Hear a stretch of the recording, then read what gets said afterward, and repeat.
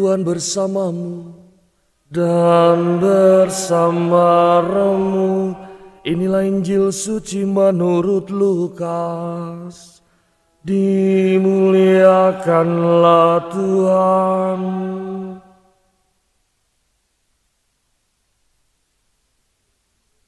Yesus berkata kepada murid-muridnya, apabila kalian melihat Yerusalem dikepung oleh tentara, ketahuilah bahwa keruntuhannya sudah dekat. Pada waktu itu orang-orang yang berada di Yudea harus melarikan diri ke pegunungan. Orang-orang yang ada dalam kota harus mengungsi, dan orang-orang yang berada di pedusunan jangan masuk lagi ke dalam kota. Sebab itulah masa pembalasan dan genaplah semua yang tertulis. Celakalah para ibu yang sedang hamil atau yang sedang menyusui bayi pada masa itu. Sebab kesesakan yang dahsyat akan menimpa seluruh negeri, dan murka akan menimpa bangsa ini. Mereka akan tewas oleh mata pedang dan diangkut sebagai tawanan ke segala bangsa. Yerusalem akan diinjak-injak oleh bangsa-bangsa yang tidak mengenal Allah, sampai genaplah zaman bangsa-bangsa itu. Dan akan tampaklah tanda-tanda pada matahari, bulan, dan bintang-bintang. Bangsa-bangsa di bumi akan ketakutan dan bingung menghadapi deru dan gelora laut. Orang akan mati ketakutan karena cemas berhubungan dengan segala sesuatu yang menimpa bumi ini, karena kuasa-kuasa langit berguncangan. Pada waktu itu orang akan melihat Anak Manusia datang dalam awan dengan segala kekuasaan dan kemuliaannya. Apabila semuanya itu mulai terjadi, bangkitlah dan angkatlah mukamu, sebab penyelamatanmu sudah dekat. Demikianlah sabda Tuhan. Terpujilah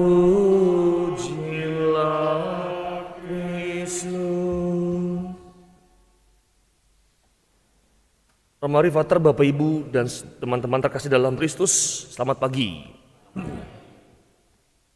Untuk menelaah Injil dan juga bacaan minggu-minggu ini memang kalau dalam kesimpulan satu sebetulnya, tetapi bagaimana dibuat menjadi sangat realitas saat itu yang menjadi memberatkan sebetulnya bagi para imam. Maka hari ini saya akan mencoba untuk membuat permenungan, semoga membantu Anda dalam merefleksikan Injil hari ini dan juga dalam bacaan dalam kitab Daniel.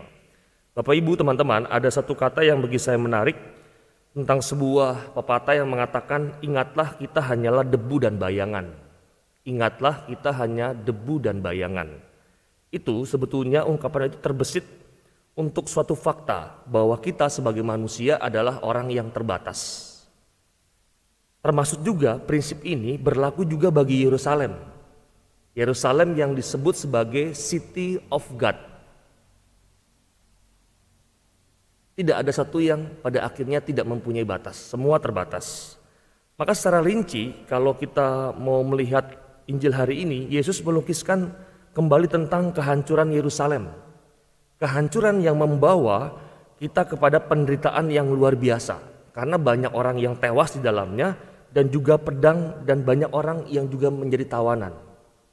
Dan semuanya ini sebetulnya itu mau berbicara tentang penggenapan dalam teks kitab suci. Anda bisa membaca dalam kitab Ulangan, dalam kitab Yeremia dan sebagainya.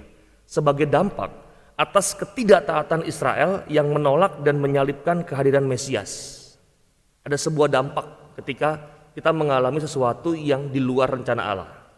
Nah, peristiwa penghancuran Yerusalem sendiri merupakan bentuk nyata dari murka Allah. Maka tahun 70 Masehi tentara Romawi di bawah pimpinan Jenderal Titus itu menghancurkan Yerusalem serta Bait Allah. Ada 97.000 orang dipenjarakan dan 1,1 juta orang yang terbunuh saat itu.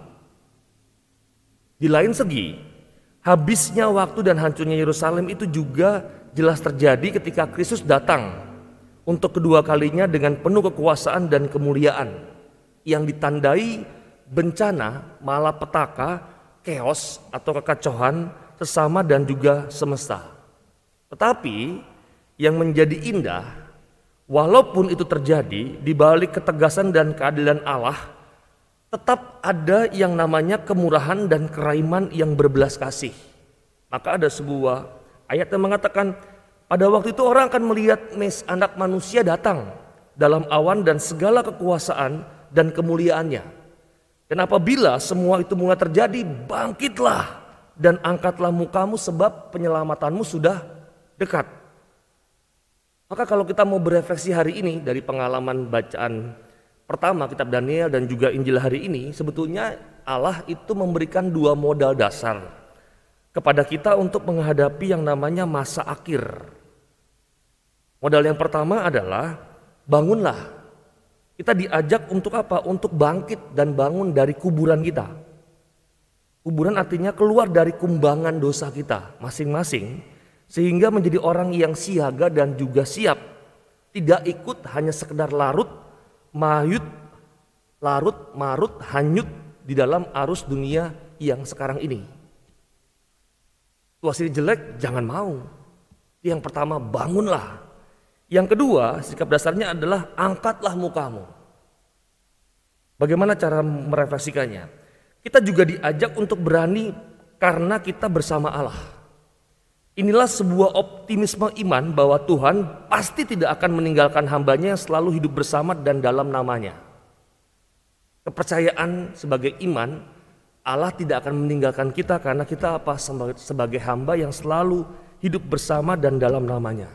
Dan ini membuahkan sikap yang berani dalam menghadapi segala peristiwa hidup kita, yang kadang tidak mudah dan tidak indah. Yang kadang itu mengalami yang namanya kelabu dan juga abu-abu, yang kadang menegangkan dan juga menyedihkan. Maka dua modal dasar ini yang saya mau ajak kepada Anda hari ini. Yang pertama, bangunlah. Yang kedua, angkatlah mukamu. Semoga modal dasar ini menjadi modal dasar yang baik untuk selalu diingat kepada kita. Kekacauan selalu ada karena sikap dan tindakan keberusahaan kita, tetapi indahnya Tuhan selalu hadir dalam kemurahan dan belas kasih di dalamnya.